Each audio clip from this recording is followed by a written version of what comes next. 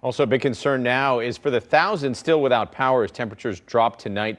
Hundreds of workers are out there right now working to get power back on. And right now, DTE is reporting roughly 5,900 customers are without power. That is down from more than 14,000 we saw earlier today. 7 News Detroit reporter Randy Wimbley raising the voices of families trying to make the best of a bad situation, finding out what DTE is doing to get the lights back on.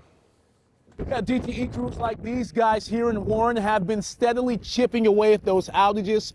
According to the outage map, some people living in this area should have their power back on later tonight, but others will have to wait a bit longer. I was actually having my coffee and there was 2 massive explosions, scared the heck out of me. Julie Gillette recounting the moments before the power went out in her Warren neighborhood. I'm not going to be going to work anytime soon, so it's pitch black in the house. Gillette's home was one of nearly 1,000 without power in the Masonic and Hayes area in Warren, where strong wind gusts impacted transformers, trampled wires, and knocked down large tree limbs. Talk about how strong the winds have to be to take that down.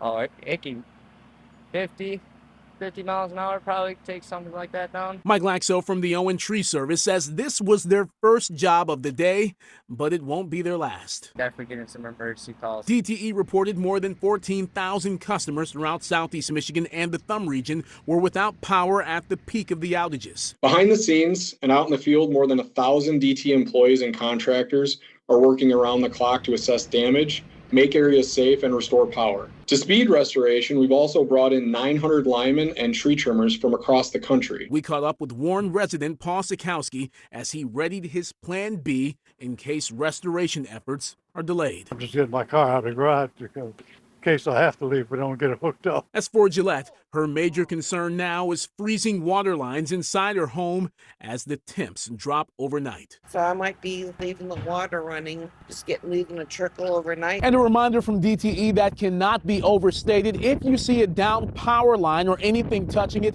stay at least 25 feet away from it. You have to assume that it's energized and potentially life-threatening. If you see one, report it to DTE ASAP. In Warren, I'm Randy Wimbley, 7 News Detroit. All right, thank you so much, Randy.